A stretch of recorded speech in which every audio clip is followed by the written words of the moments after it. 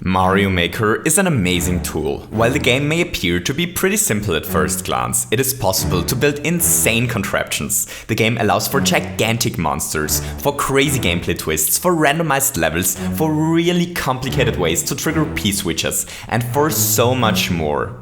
Usually, we are taking a look at new and useful contraptions in Mario Maker, contraptions that allow us to create new and interesting ways to create levels. Today, we are going to do the complete opposite of this. Today, we are going to take a look at the most useless contraptions imaginable. We are going to recreate items in Super Mario Maker that are already in Super Mario Maker, using only Super Mario Maker items. So are you ready? Let's do this!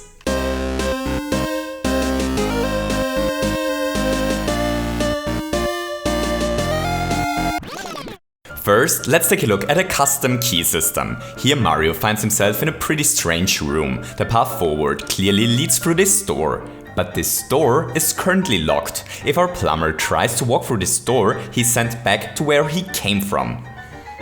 Mario obviously needs to find a way to unlock this door. If Mario bravely jumps on top of these totally bumpers, he's able to reach a coin at the top of the stage. This coin is no coin, but a key, because if Mario collects this coin, the previously locked door magically opens up and he's able to proceed.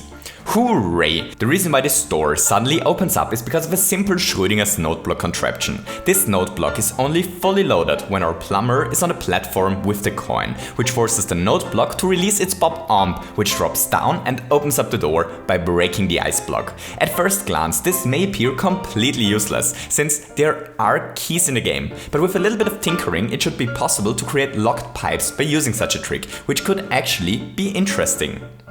Bullet blasters are a really important Mario Maker item. For the longest time, I've been really worried. What should we do in case Nintendo ever decides to patch them out of the game? Well, worry not, because Mario Maker is such a powerful tool that it is even possible to recreate bullet blasters without bullet blasters. Here are two bullet blasters on screen. They are so similar in function that it is really hard to tell them apart, but the custom-made one is the one to the right, while the one to the left is an original in-game blaster. Here we combine the power of springs on tracks with pipes in order to create a fully functioning blaster.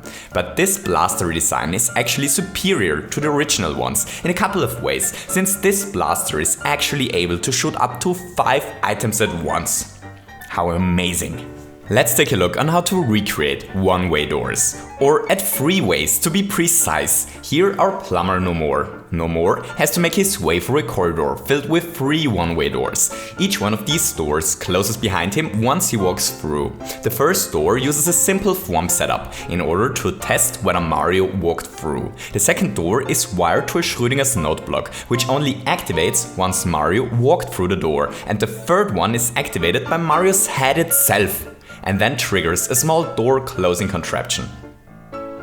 There are very few items whose function can be recreated one-to-one, but one of these items are conveyor belts. Winged platforms on tracks behave almost the exact same way as conveyor belts, but there is one small difference. If a P-switch is triggered, standard conveyor belts become brave and decide to strike until the timer expires, while platform-based conveyor belts never lay down their work. Here we use these hard-working conveyor belt clones to create a small minigame. Our Italian jump and runner has to survive in this dangerous room until a shell-met timer expires. That wouldn't be too much of a challenge for Mario if it wasn't for these silly pipes throwing dangerous Goombas into his path.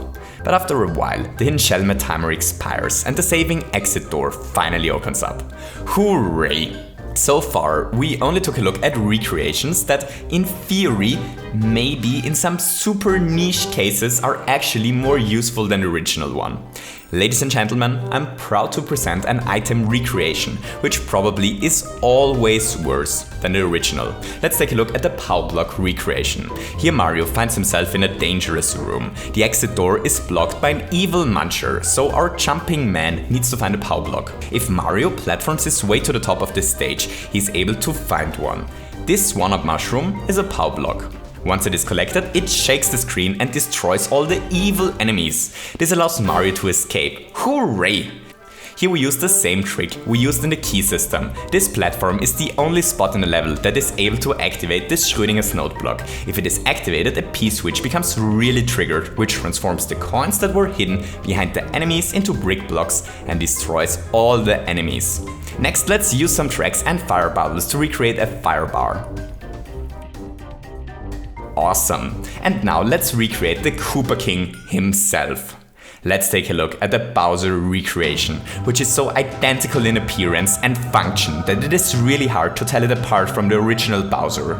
Let's take a look at Bowser 2.0. Mario appears to be pretty confused by this Bowser chase sequence. I mean, it's obviously Bowser, obviously, but something appears to be slightly wrong with the Koopa King here. Something is just slightly off, but it's really hard to tell what it is exactly. Anyway, here we use bullet blasters on tracks in order to recreate the auto-scrolling function. This stage is like all auto-scrolling stages. Mario has to dodge dangerous threats while the level slowly scrolls towards the exit door. It looks like Mario is really bored by this design. But this is only because he isn't paying attention. Because if he were paying attention, he would realize that this stage isn't scrolling to the right, but actually scrolls back to the left. Let's take a look at the retro recreation. Before the 1.2 patch was released, it wasn't possible to place checkpoint flags in Mario Maker. Nonetheless, it was possible to create cool checkpoint systems. To Mario's left is a closed pipe. There are 3 question blocks here too, but jumping towards them seems to do nothing, so Mario obviously needs to make his way to the right. After a couple of really dangerous jumps, he's allowed to enter a pipe, and once he leaves the pipe, things become interesting. Because there is the exact same contraption he saw before here, but there are also coins indicating a certain numerical order in which these question blocks should be triggered. After a while, Mario runs into this ouching saw blade completely by accident. What a pity, but now he's able to enter the code he learned before. It was this block first, then this block, and this one was last. And hooray! The previously locked pipe now opens up and Mario finds a shortcut back to where he just was. The code checkpoint contraption works by using a really simple setup. The third blaster activates a shell, but this shell only activates the P-switch if this muncher isn't blocking it. This muncher can only be removed by triggering the middle blaster first, and then the one to the left afterwards, which creates a small lock that can only be opened if Mario knows the code. And that's it for today, and for recreating Mario Maker items using Mario Maker items. I hope you enjoyed this little video. If you enjoyed it, don't forget to leave me a thumbs up, and maybe you feel especially recreated today and want to hit the subscribe button as well. I hope that you have a wonderful April and to see you soon. Goodbye!